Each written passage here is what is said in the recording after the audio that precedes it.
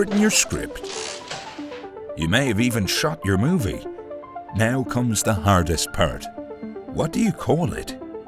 Get the title right and it becomes iconic. Welcome to Jurassic Park.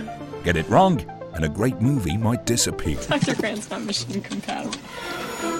Back to the Future almost didn't get to be Back to the Future.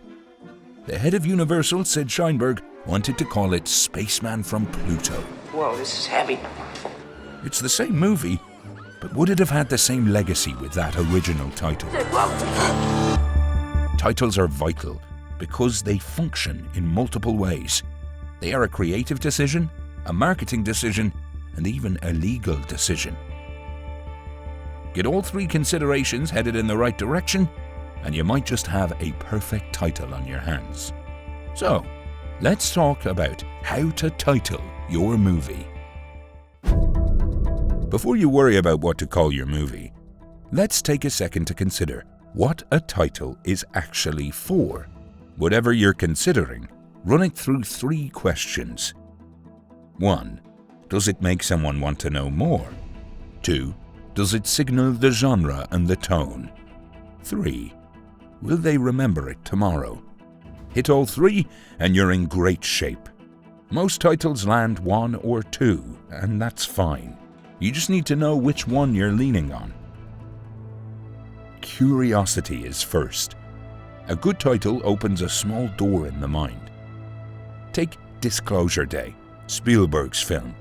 The word disclosure promises something big is revealed, and we lean in to find out what. Apocalypse Now does it in 2 words, a catastrophe and the urgency of now. Genre is next. A title quietly tells the audience what they're walking into.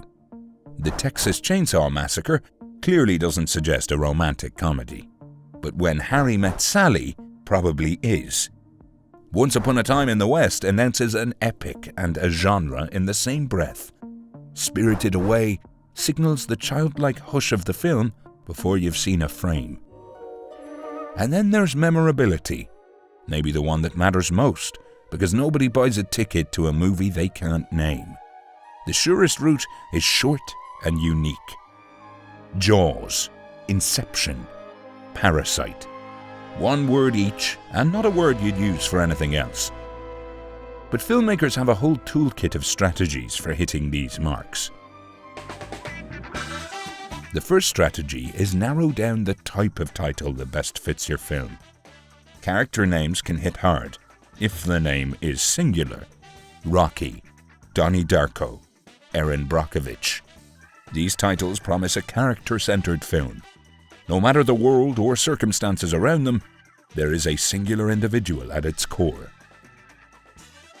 Woody Allen learned this the hard way. He first called Annie Hall anhedonia, the clinical word for the inability to feel pleasure. True to the film, maybe. Memorable? No.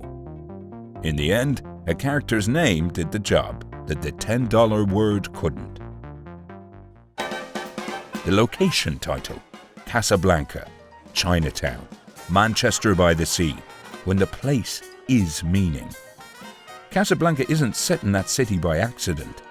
The whole story turns on where it happens. The plot title.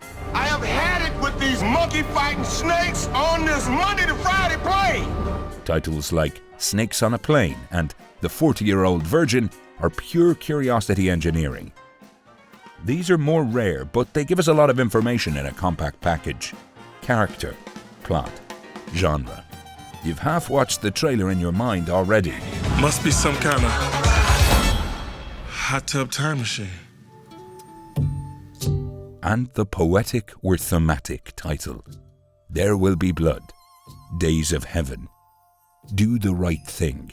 A title that hands you the movie's central question before the first shot. What is the right thing? And why is it so hard to do? Because the title sets an expectation for more thought-provoking or contemplative films, titles like these work best for more art house style films. The Hangover works because the title is as blunt and bleary as the film. Call it Journey to the End of the Night, and you've promised a very different, more solemn evening. So far, this is all in your hands, the creative side. Here's the part that isn't. Ask Paul Thomas Anderson. The name of the movie that I made is called Sydney, and it was retitled by the distributor and the company that paid for it as Hard Eight. So it was the one battle in this entire massive battle that I had to fight to regain control of my movie that I lost. A first-time director, and the fight over the title was one of the hardest of his career, because a title isn't only yours. It's a product, and products get sold. Nobody understood that better than American International Pictures. Its founders, Sam Arkoff and James Nicholson, had a backwards way of making movies. They'd come up with a title first, sometimes just a poster, and bring it to theatre owners before a single frame was shot.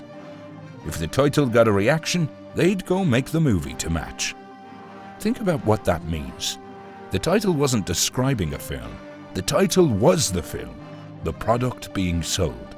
Everything else came after. The mechanism has changed, but the logic hasn't. A title still has to sell before anyone sees a frame, which is why on most films the marketing department has a very loud voice in the room.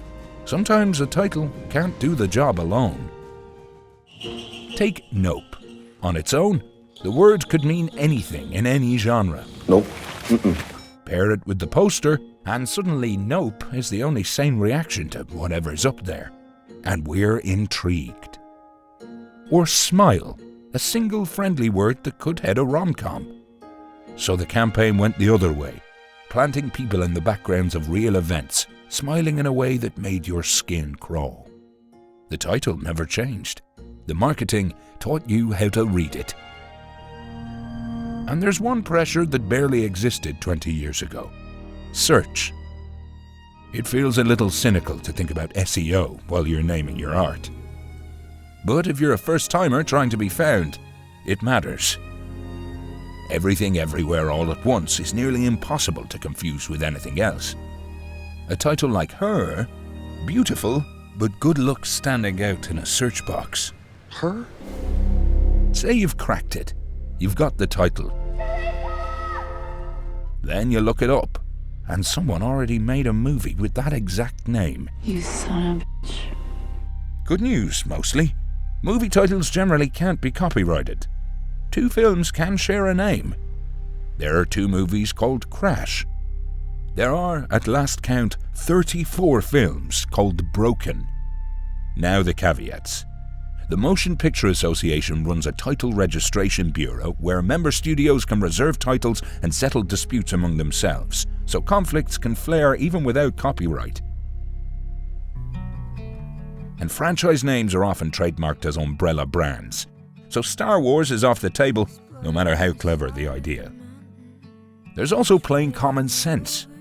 If a famous movie already owns your title, don't fight the ghost.